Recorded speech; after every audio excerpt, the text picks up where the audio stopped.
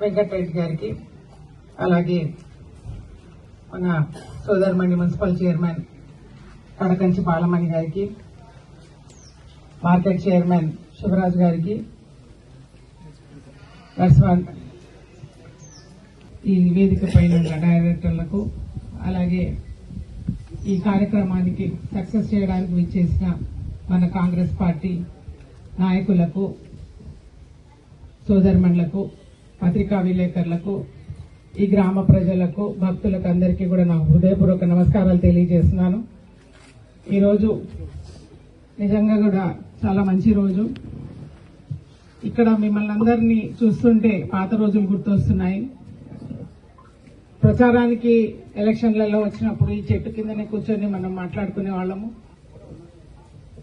అంటే ఈరోజు మళ్ళీ ఈ వేదిక ద్వారా మిమ్మల్ని అందరినీ కలుసుకోవడం అనేది చాలా సంతోషంగా ఉంది. ఈ టెంపుల్ ప్రత్యేకత చాలా, అంటే వేరే స్టేట్లలో కూడా చాలా గొప్పగా చెప్పుకుంటారు. భక్తులందరూ కూడా వస్తూ ఉంటారు. వాళ్ళు ఉత్సవాలు అప్పుడు వచ్చినప్పుడు భక్తులకు ఎలాంటి ఇబ్బందులు లేకుండా సౌకర్యం ఉండే విధంగా, దర్శనం మంచిగా చేసుకుని వెళ్లే విధంగా, ప్రతి ఒక్క ఫెసిలిటీ ఉండే విధంగా మరి వెంకటరెడ్డి గారు ఫ్యూచర్ లో చూసుకోవాల్సిందిగా వాళ్ళని కోరుతున్నాను.